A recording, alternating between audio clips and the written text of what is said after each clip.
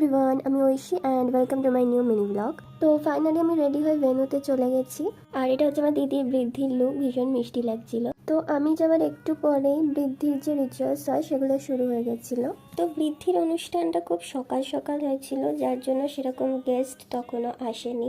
তাই আমরা একটু বোরই হচ্ছিলাম, তো তাই জন্য আমরা এরকম গান চালিয়ে একটু নাচছিলাম। তো ইতিমধ্যে দিদি তত্ত্বও চলে এসেছিলো, আর আমি আর দিদির এক বান্ধবী দাঁড়িয়ে দাঁড়িয়ে দেখছিলাম সব।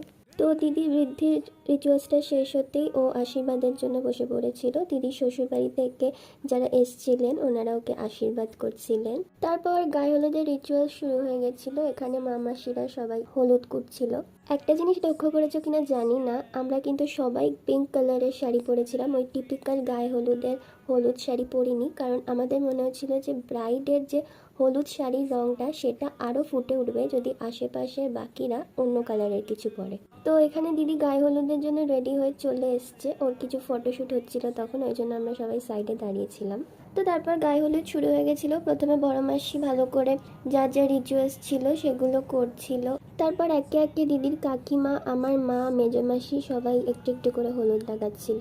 তারপর ওর আরও কিছু শ্যুট হচ্ছিল, আর এখানে আমি বাটি হাতে দাঁড়িয়ে আছি কখন ওকে হলুদ লাগাবো তার অপেক্ষায়। তো তারপর ওকে হলুদ লাগিয়ে আমরা বেশ কয়েকটা সুন্দর সুন্দর ছবি তুলে নিলাম।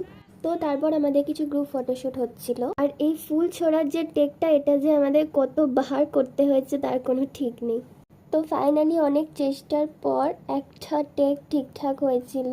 আর এখানে দেখো টেকটা ঠিক হওয়াতে আমার দিদির কি হাসি।